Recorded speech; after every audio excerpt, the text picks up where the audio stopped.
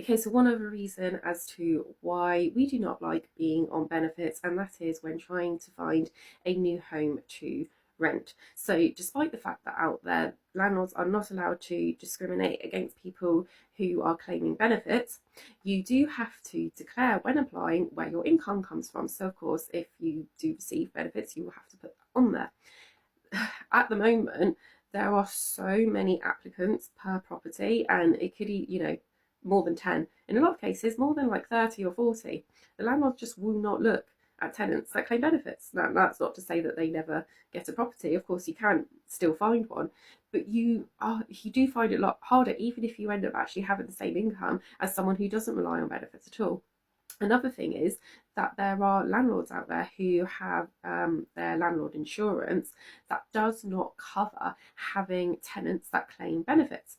This is something that really needs to be addressed at the end of the day. What needs to happen is for all insurance to include benefit claimants. I don't see why there should be any difference on that.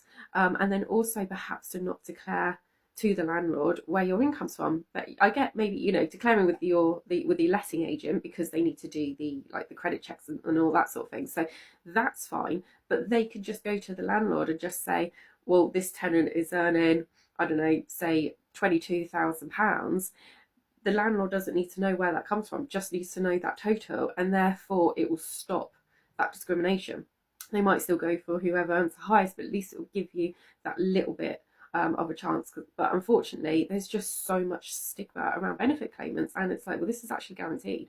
The housing element, whilst it doesn't cover the full rental amount, it does cover quite a large portion. For example, the area that I live in, to claim the one bedroom rate, it's just under £700, but a lot of rent for one bedroom places are about 850. So yeah, you're looking at least £150 gap there.